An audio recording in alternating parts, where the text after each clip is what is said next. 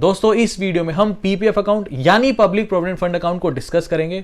अब PPF account जो कि एक सरकारी अकाउंट है, यानी जो भी आप अपना पैसा इस पीपीएफ अकाउंट में डिपॉजिट करोगे, ये आप सारा पैसा जमा कर रहे हो भारत सरकार के पास, यानी आपकी जो इन्वेस्टमेंट है वो 101% सेफ है। अब काफी लोगों का एक सवाल होता है कि अगर हम पीपीएफ अकाउंट प्राइवेट बैंक में ओपन करेंगे और कल को मान लो ये प्राइवेट बैंक डूब जाए तो कहीं हमारा सारा पैसा डूब तो नहीं जाएगा। देखो यहां पे पीपीएफ अकाउंट आप किसी भी बैंक से ओपन कर सकते हो, चाहे प्राइवेट बैंक से ओपन करो, चाहे गवर्नमेंट बैंक में जाके ओपन करो या फिर पोस्ट ऑफिस में जाके ओपन करो, इससे कोई फर्क नहीं पड़ता। पीपीएफ अकाउंट आपका सरकारी अकाउंट है, बैंक सिर्फ आपको फैसिलिटी प्रोवाइड कर रहे हैं पीपीएफ अकाउंट ओपन करने की। पीपीएफ अकाउंट आप ऑनलाइन मोड से भी ओपन कर सकते हो या फिर ब्रांच विजिट करके भी आप अपना पीपीएफ अकाउंट ओपन कर सकते हो। अब इस वीडियो में हम पीपीएफ अकाउंट के क्या क्या फीचर्स हैं, क्या क्या बेनिफिट्स हैं, इन सब के अलावा पीपीएफ अकाउंट कैलकुलेटर को भी हम डिस्कस करेंगे कि अगर मान लो मैं 20,000 रुपए पीपीएफ अकाउंट में जमा करूंगा और मान लो हर साल मैं 20-20 हजार रुपए पीपीएफ अकाउंट में जमा कर रहा हूं, तब मैच्योरिटी पर मुझे कितना पैसा मिलेगा। ऐसे ही एक दो एग्जांपल और लेंगे कि मान लो हर साल मैं 50,000 रुपए पीपीएफ अकाउंट में डिपॉजिट करता हूं,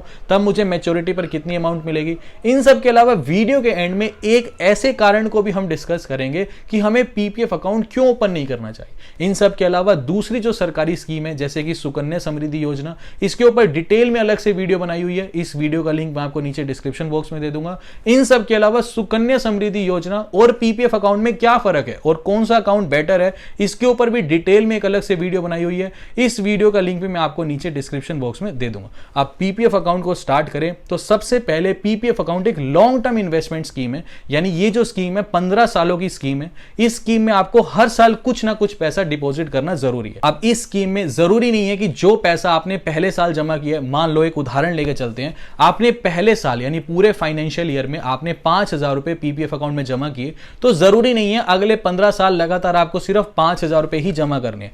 पीपीएफ अकाउंट सिंपली ये बोलता है कि आपको पूरे एक साल में ज्यादा से ज्यादा 1.5 लाख रुपए ही आप जमा कर सकते हो और कम से कम आपको 500 रुपए जमा करने जरूरी है। अब इसकी अच्छी बात यह है कि पूरे साल में जो भी आपके पास एक्स्ट्रा सेविंग्स है वो आप अपनी सेविंग्स इस पीपीएफ अकाउंट में जमा करवा सकते हो। साल में ज्यादा से ज्यादा 12 बार ही इस पीपीएफ अकाउंट में आप पैसा जमा करवा सकते हो। तो ये आपको अपने दिमाग से सोच के चलना है कि मुझे साल में कितना पैसा जमा करना है। कहीं ऐसा ना हो कि आपने टारगेट तो रखा है कि मैं साल में 1.5 लाख रुपए जमा करूंगा और आपने 12 बार 5-5 हजार रुपए करके इस पीपीएफ अकाउंट में जमा कर दिए, तो ऐसे में सिर्फ 60,000 रुपए ही जमा हुए। 13th टाइम ये आपकी एंट्री नहीं लेगा, यानी सिर्फ साल में 12 ही एंट्री आप इस अकाउंट में कर सकते हो। यहां पर जितना भी पैसा आप इस पीपीएफ अकाउंट में जमा करोगे वो सारा का सारा पैसा आपको टैक्स रिबेट में मिलेगा, यानी यहां पर section 80C of income tax act के तहत ज्यादा से ज्यादा आप 1.5 लाख रुपए की टैक्स रिबेट भी ले सकते हो अगर आप अपना पैसा पीपीएफ अकाउंट में जमा करते हो। देखो पीपीएफ अकाउंट जैसा कि अभी तक हमने डिस्कस किया कि ये एक लॉन्ग टर्म इन्वेस्टमेंट स्कीम है। जैसे मान लो किसी व्यक्ति ने 2020 में पीपीएफ अकाउंट ओपन किया, अब क्योंकि ये 15 सालों के बाद मैच्योर होता है तो 2035 में जाके ये अकाउंट मैच्योर हो जाएगा। अब 2035 में इस व्यक्ति के पास 2-3 ऑप्शंस हैं। पहला ऑप्शन तो ये है कि जो भी अभी तक इसने प्रिंसिपल अमाउंट इन्वेस्ट की प्लस जो भी अभी तक इसने इंटरेस्ट कमाया, ये सारा का सारा पैसा यानी प्रिंसिपल प्लस इंटरेस्ट ये अपने पास ले लेगा और इसके ऊपर कोई भी टैक्स इसे पे करने की जरूरत नहीं है, क्योंकि ट्रिपल ई बेनिफिट पे पीपीएफ अकाउंट काम करता है। ट्रिपल ई यानी एग्जेम्प्ट एग्जेम्प्ट एग्जेम्प्ट। अब ये ट्रिपल ई का मतलब ये है कि जो भी पैसा आप इन्वेस्ट करते हो प्रिंसिपल अमाउंट, उस पर कोई टैक्स नहीं लगता। जो पैसा आपका ग्रो होता है यानी जो आपको इंटरेस्ट मिलता है उस पर भी कोई टैक्स नहीं लगता, और मैच्योरिटी पर जो आपको पैसा मिलता है उस पे भी कोई टैक्स नहीं लगता। इसीलिए हम इसे बोलते हैं ट्रिपल ई बेनिफिट यानी एग्जेम्प्ट एग्जेम्प्ट एग्जेम्प्ट। पहला ऑप्शन तो इस व्यक्ति के पास यही था कि अपना सारा पैसा 2035 में विड्रॉ कर ले, जो भी अभी तक इसने प्रिंसिपल अमाउंट इन्वेस्ट की थी और जो भी अभी तक इसने इंटरेस्ट अर्न किया था। दूसरा ऑप्शन पीपीएफ अकाउंट ये बोलता है कि 15 सालों के बाद ना आप इसे एक्सटेंड भी कर सकते हो 5-5 सालों के इंटरवल में, यानी 2035 में ये व्यक्ति 5 सालों के लिए एक्सटेंड कर सकता है, यानी 2040 तक इस पीपीएफ अकाउंट को एक्सटेंड कर सकते हैं। उसके बाद 2040 जब आएगा तब आगे 5 सालों के लिए और भी एक्सटेंड कर सकता है, यानी 5-5 साल करके आगे इस पीपीएफ अकाउंट को एक्सटेंड कर सकता है। इन सब के अलावा 2035 में मान लो, अब यहां पे दो और ऑप्शन आते हैं।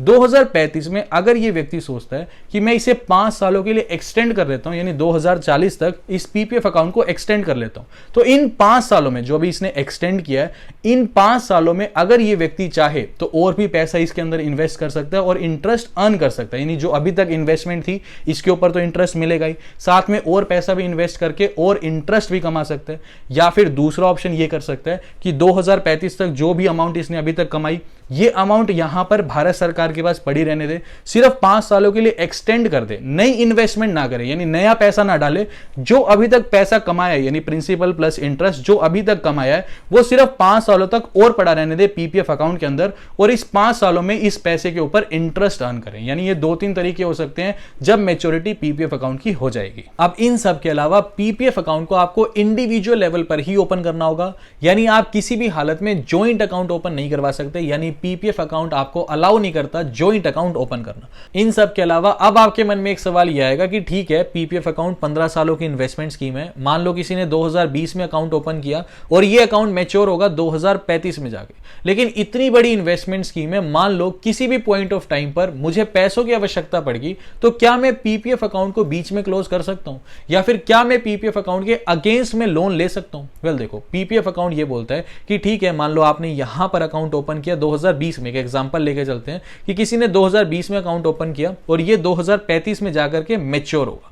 अब यहां पे पीपीएफ अकाउंट ये बोलता है कि पहले 3 सालों तक तो आप कुछ भी नहीं कर सकते, ना अकाउंट क्लोज कर सकते हो, ना ही पीपीएफ अकाउंट के अगेंस्ट कोई भी लोन ले सकते हो। जैसे ही आपके 3 साल कंप्लीट हो जाएंगे ना, 3 साल से लेकर के 6 साल के बीच में, यानी ये जो 3 सालों का पीरियड है, इस पीरियड के अंदर आप पीपीएफ अकाउंट के अगेंस्ट में लोन ले सकते हो। अब मान लो कि आपको पीपीएफ अकाउंट जब आपने ओपन किया उसके बाद से 4 साल कंप्लीट हो गए और इस 4 सालों के अंदर आपका टोटल जो अमाउंट है वो मान लो पीपीएफ अकाउंट में पड़ा है 2.5 लाख रुपए। अब पीपीएफ अकाउंट ये बोलता है कि जो भी आपकी अभी तक अमाउंट है ना, सिर्फ उसका 25% ही आप लोन ले सकते हो। अब यहां पर पीपीएफ अकाउंट उसके बाद ये बोलता है कि जब आपका पीपीएफ अकाउंट ओपन हुआ उस दिन से लेकर के जब 5 साल कंप्लीट हो जाएंगे ना, 5 साल के बाद आप इस अकाउंट को प्री मैच्योर क्लोज भी कर सकते हो, लेकिन सिर्फ और सिर्फ 2 कंडीशन में। पहली कंडीशन ये है कि अगर फैमिली में किसी की हेल्थ कंडीशन बहुत ज्यादा खराब है, उस केस में आप इस अकाउंट को प्री मैच्योरली क्लोज भी कर सकते हो। और दूसरी ये कि अगर किसी को हायर एजुकेशन के लिए बाहर जाना है या फिर अपनी कंट्री में ही अगर हायर एजुकेशन के लिए पैसा चाहिए, तो उस केस में भी आप अपने पीपीएफ अकाउंट को प्री मैच्योरली क्लोज कर सकते हो। इन सब के अलावा अदरवाइज आप पूरे 15 साल में pre mature close PPF account को नहीं कर सकते। अब एक बार मान लेते हैं कि आपने अपना पीपीएफ अकाउंट ओपन कर लिया। अब पीपीएफ अकाउंट में आप हर महीने या फिर साल में एक बार कुछ ना कुछ पैसा इन्वेस्ट करोगे। सवाल ये आता है कि इसका इंटरेस्ट हमें कब मिलेगा? देखो, पीपीएफ अकाउंट का इंटरेस्ट क्रेडिट होता है साल में एक बार, यानी पूरे साल में जितना भी पैसा आप इन्वेस्ट करते हो, मान लो आपने जनवरी में 2000 इन्वेस्ट किए, फरवरी में 5000 इन्वेस्ट किए, उसके बाद 6-7 महीने कोई भी पैसा इन्वेस्ट नहीं किया, उसके बाद मान लो आपने सीधा दिसंबर में जाके इन्वेस्टमेंट की, लेट से कि आपने इन्वेस्टमेंट की 1 लाख रुपए सीधा डाल दिया। अब ये पूरे साल जो भी आप अपना पैसा इन्वेस्ट करोगे, इसका इकट्ठा एक ही बार पूरा का पूरा मिला के जो आपको इंटरेस्ट मिलेगा वो मिलता है 31 मार्च को। 31 मार्च को आपके पीपीएफ अकाउंट में एक एंट्री आएगी कि अमाउंट क्रेडिट, यानी इंटरेस्ट अमाउंट क्रेडिट। जैसे आपके सेविंग अकाउंट में आपको हर 3 महीने में एक बार ब्याज मिलता है, ऐसे पीपीएफ अकाउंट का आपको इंटरेस्ट मिलता है पूरे साल का एक बार 31 मार्च को।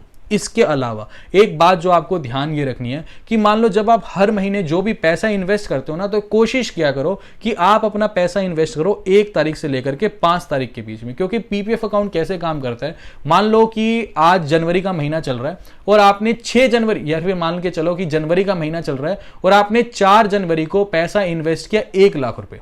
अब जो अमाउंट 5 तारीख को होगी, महीने की 5 तारीख को जो भी पीपीएफ अकाउंट में बैलेंस होगा, पूरे महीने का ब्याज उसी अमाउंट पे ही कैलकुलेट होगा। जैसे एक एग्जांपल से समझते हैं, मान लो 5 तारीख को यानी 5 जनवरी को मेरे अकाउंट में पीपीएफ अकाउंट में 1 लाख रुपए पड़े थे, तो पूरे जनवरी का इंटरेस्ट जो कैलकुलेट होगा वो 1 लाख रुपए के ऊपर ही कैलकुलेट होगा। मान लो 6 तारीख को मैंने 50,000 रुपए और जमा किए, तब भी वो 50,000 रुपए काउंट नहीं करेगा, जनवरी का इंटरेस्ट सिर्फ 1 लाख रुपए के ऊपर ही कैलकुलेट करेगा। अब ये जो 50,000 रुपए है ये अगले महीने यानी फरवरी महीने के इंटरेस्ट में कैलकुलेट होंगे कि 1.5 लाख रुपए के ऊपर मुझे इंटरेस्ट मिलेगा। तो जो भी आप अमाउंट डिपॉजिट करो, कोशिश करो कि 1 तारीख से 5 तारीख के बीच में ही अपनी अमाउंट पीपीएफ अकाउंट में क्रेडिट करवा दिया करो। अब यहां पर अगर हम पीपीएफ कैलकुलेटर को डिस्कस करें, तो मान लो मैं यहां पर ईयरली इन्वेस्टमेंट करता हूं 1.5 लाख रुपए, यानी पूरी जितनी मैक्सिमम इन्वेस्टमेंट मैं कर सकता हूं, यानी साल के मैं 1.5 लाख रुपए अगर पीपीएफ अकाउंट में इन्वेस्ट करता हूं, इस हिसाब से हर महीने में 12,500 रुपए इन्वेस्ट कर रहा हूं, क्योंकि ये 15 सालों की स्कीम है।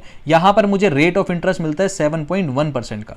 इस हिसाब से अगले 15 सालों में मैं इन्वेस्टमेंट करूंगा 22,50,000 रुपए, मुझे टोटल इंटरेस्ट मिलेगा 18,18,000 रुपए, और मैच्योरिटी पर जो मुझे अमाउंट मिलेगी वो मिलेगी 40,68,000 रुपए। अब एक और एग्जांपल लेके चलते हैं। मान लो हर महीने में इन्वेस्ट करना चाहता हूं 5,000 रुपए, इस हिसाब से साल की मैं टोटल इन्वेस्टमेंट करूंगा 60,000 रुपए। अब क्योंकि 15 सालों की ये स्कीम है और 7.1% का रेट ऑफ इंटरेस्ट है, तो अगले 15 सालों में टोटल इन्वेस्टमेंट मेरी रहेगी 9 लाख रुपए। टोटल इंटरेस्ट में कमाऊंगा 7,27,000 रुपए, और मैच्योरिटी पर जो मुझे अमाउंट मिलेगी वो मिलेगी 16,27,000 रुपए। बाकी कैलकुलेटर का लिंक मैं नीचे आपको डिस्क्रिप्शन बॉक्स में दे दूंगा।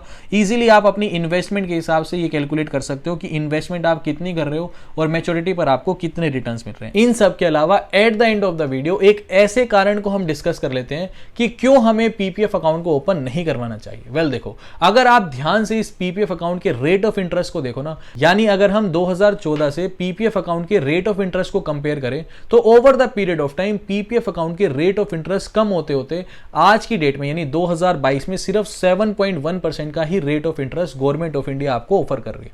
यानी एक एग्जांपल लेके चलो, यानी आज 2022 चल रहा है, मान लो ठीक है, आज 7.1% का रेट ऑफ इंटरेस्ट एक बहुत अच्छा रेट ऑफ इंटरेस्ट है। यानी अगर मैं किसी भी एफडी को देखूं तो मुझे 5%, 5.15% का रेट ऑफ इंटरेस्ट मिलता है। अगर मैं उससे कंपेयर करूं तो आज की डेट में यानी 2022 में 7.1% का रेट ऑफ इंटरेस्ट बहुत अच्छा है। ठीक है, मैं मान लो अगर मैं 7.1% के रेट ऑफ इंटरेस्ट से अट्रैक्ट होकर इस पीपीएफ अकाउंट को ओपन भी कर लेता हूं, मान लो आज पीपीएफ अकाउंट ओपन कर लिया और अगले 4-5 साल तक मैंने 5-6 लाख रुपए इन्वेस्ट भी कर दिए। अब मान लो 5-6 सालों के बाद सरकार ये बोलती है कि हम पीपीएफ अकाउंट का रेट ऑफ इंटरेस्ट 7.1% से धीरे धीरे कम करके मान लो सरकार 4% पे ले आती है, और मेरा कुछ पैसा मान लो 8-10 लाख रुपए पीपीएफ अकाउंट में जमा भी है। तो ऐसे में मेरी मजबूरी है, ना तो मैं अपना 8-10 लाख रुपए निकाल सकता, मेरी मजबूरी हो जाएगी कि मुझे 4% के रेट ऑफ इंटरेस्ट पे ही बचे हुए पूरे टाइम के लिए पीपीएफ अकाउंट में अपना पैसा जमा रखना ही पड़ेगा। तो ऐसे में सिर्फ यही एक डिसएडवांटेज लगता है पीपीएफ अकाउंट का। अब जैसे यहां पे देखो, 2014-15 में सरकार 8.7% का rate of interest PPF account पर ऑफर कर रही थी। अब जिस व्यक्ति ने 2014-15 में यह सोच के अकाउंट ओपन किया था कि अगले 15 सालों तक मुझे 8.5% का ही रेट ऑफ इंटरेस्ट मिलेगा, उसे अब यहां पर 2022 में सिर्फ 7.1% के हिसाब से ही इंटरेस्ट मिल रहा है। तो यहां पर दोस्तों उम्मीद करता हूं कि पीपीएफ अकाउंट आपको अच्छे से समझ आ गया, क्या इसके डिसएडवांटेजेस हैं ये भी आपको समझ आ गए हैं। तो अभी के लिए this is the end of the video. Thanks for listening and thank you all.